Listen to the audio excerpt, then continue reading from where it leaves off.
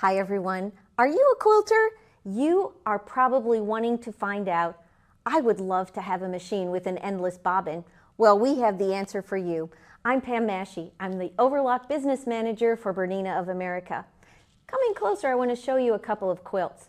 These are my identical twins. And these two quilts are identical when you look at them on the outside. When you look at them on the inside, now they are absolutely quilted, both of them exactly the same pattern, and I wish I could have a little feel-o-vision here for you, but both of them feel exactly the same. But just like every identical set of twins, each one has a little bit different DNA internally. One of these is made with an overlock. The other one is going to be made using a sewing machine.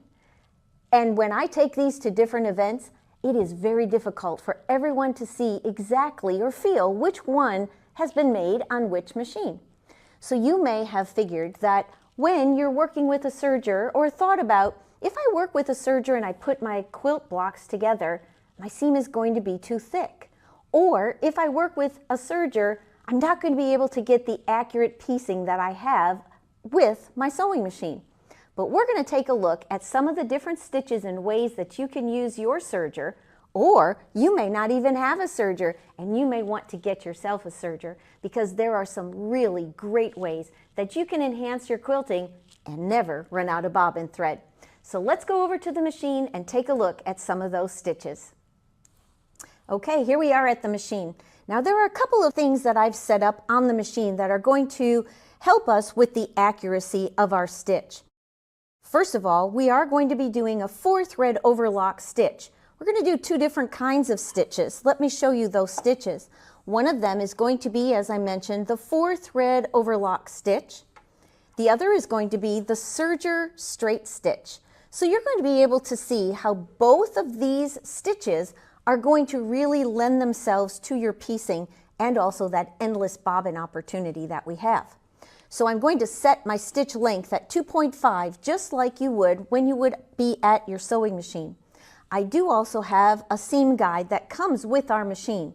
This seam guide is going to be set at the perfect 1/4 of an inch for when we're doing our seaming using this 4-thread overlock stitch.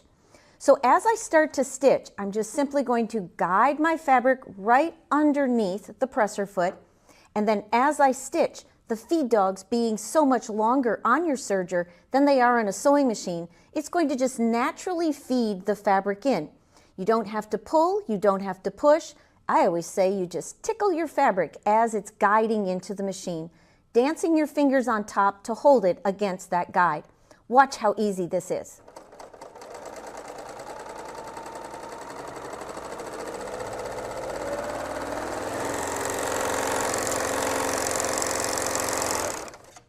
So even at 1,500 stitches a minute, you're going to be able to get perfect, accurate seams consistently.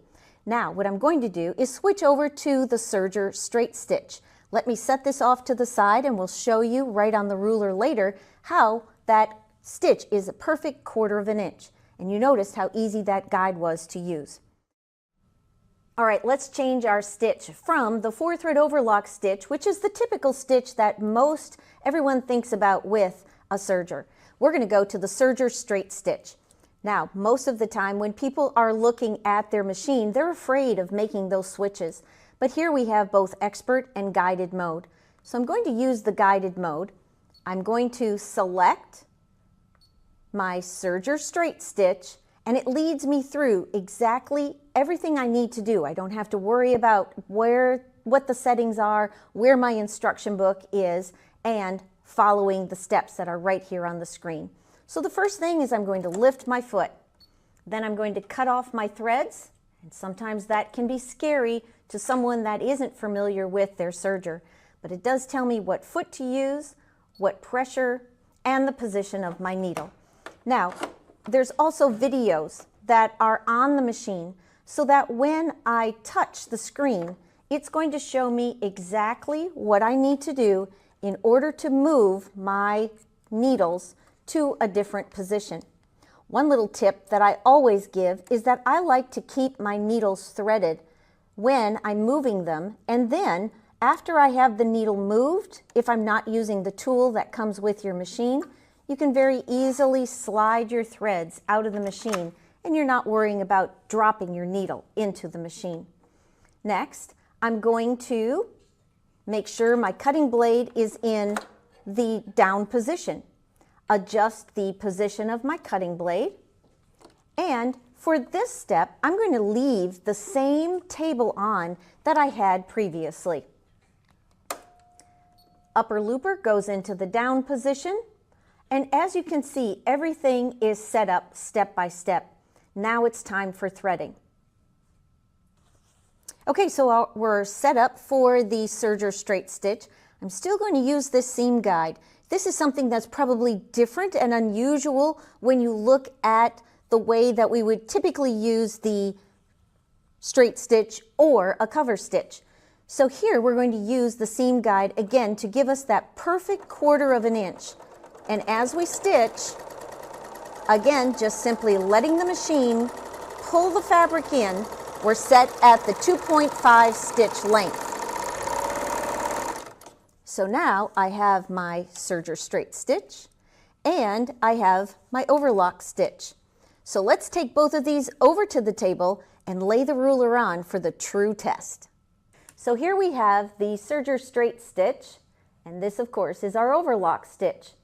So we're going to take the ruler, we're going to lay this down right on the stitching line, and look at that, a perfect 1/4 of an inch.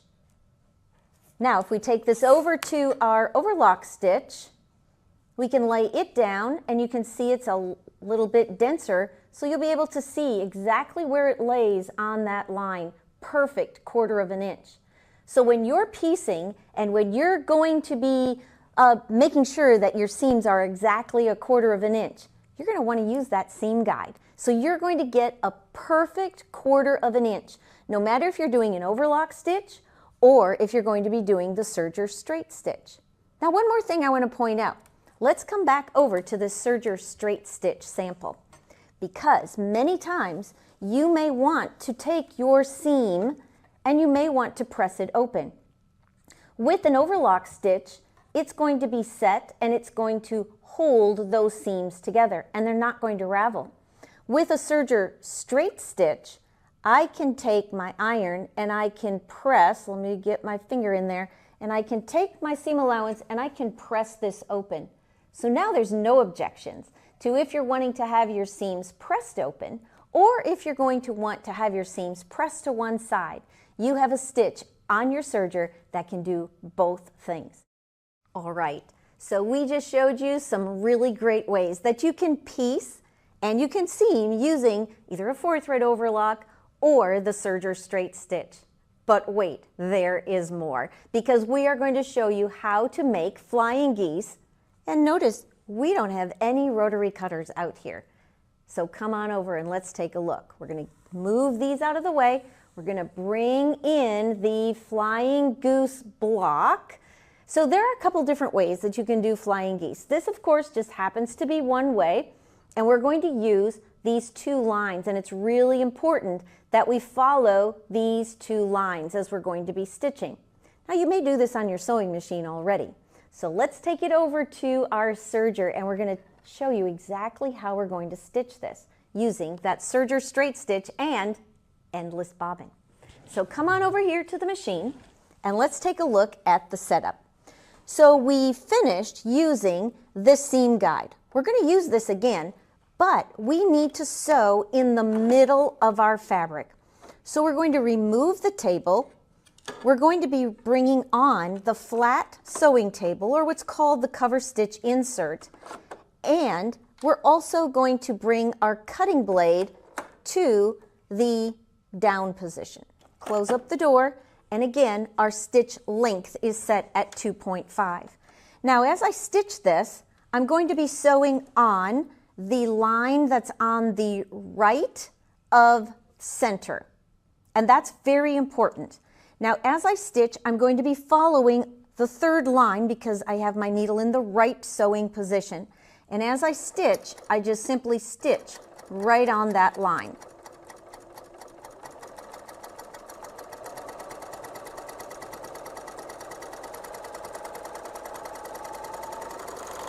Okay.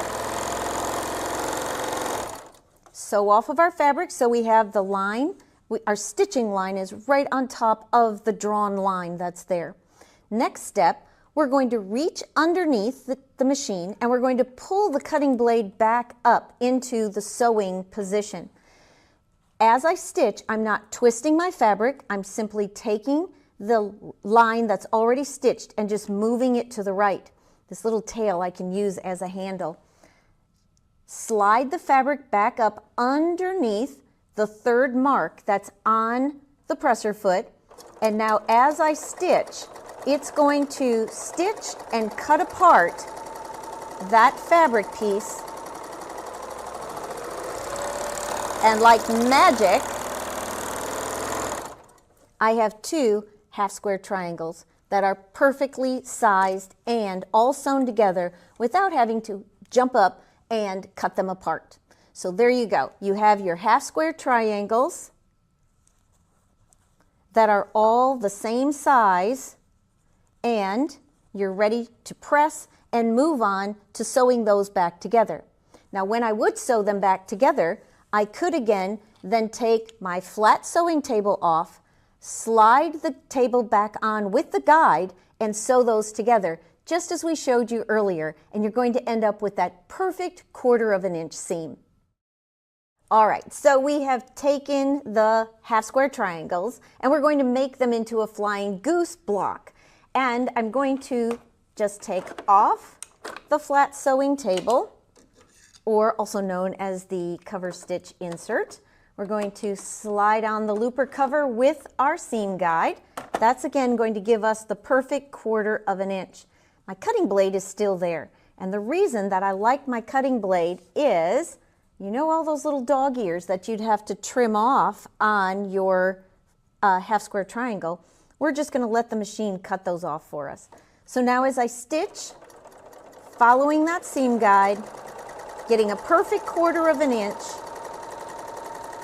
trimming off the dog ear and those extra threads. Okay, here's the big reveal, our perfect flying goose block. I just love it. Each and every time it's going to give me those perfect points exactly where we want them. Okay, now for the finishing touch. We showed you some magical things using the serger straight stitch, the endless bobbin. Now it's time for binding. I always say that binding are much like buttonholes on a garment because it's the last thing you do. It's the first thing that people actually see when they look at your garment or now your quilt. So let me show you a couple of things that you can do using that 4-thread overlock stitch. I prefer the 4-thread overlock stitch because it helps compress my binding. If you like your binding a little fluffier, then just use a 3-thread overlock stitch. But no matter which stitch you use, you're going to use this magical fusible thread. This fusible thread is going to be placed in your lower looper on your machine. And when we take a look at our samples here, you're going to see that you sew your bindings on exactly the same way that you would at your sewing machine, stitching them on and turning and pivoting your corners. When you pivot those corners, you're just going to fold it for a miter and then sew down the next side. But where the magic comes in is the thread on top is our standard thread. The thread that's on the bottom, which here is very hard to see because it's white, you're going to have fusible thread. Now what does that mean?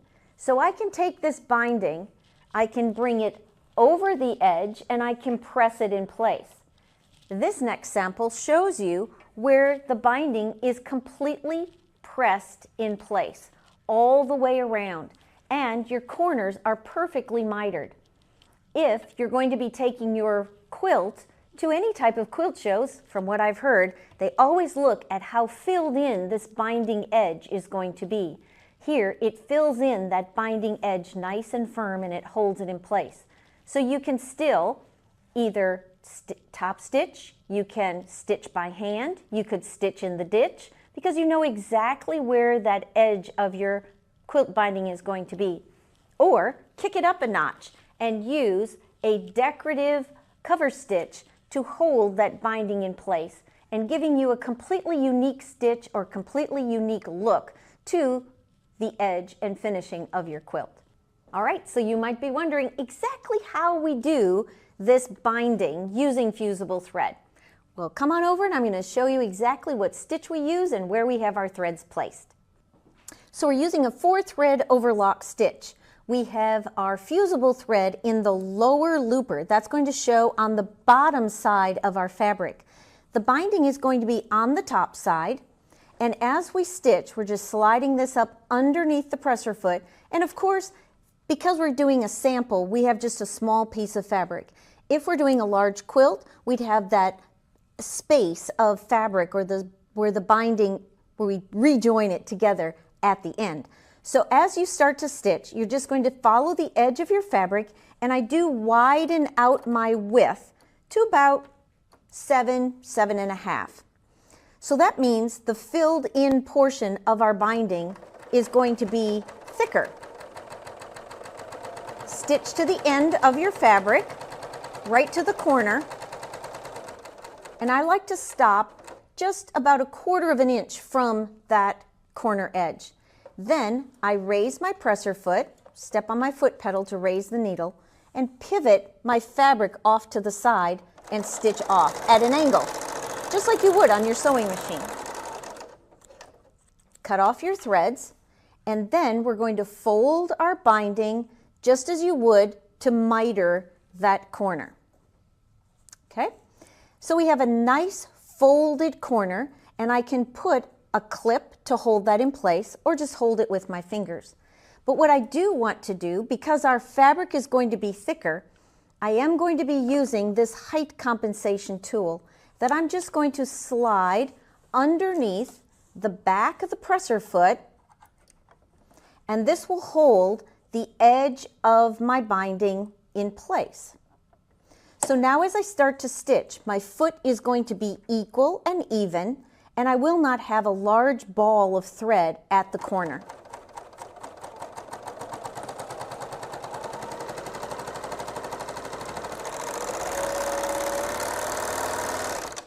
You would continue to stitch that for all 4 sides until you would come to the very end.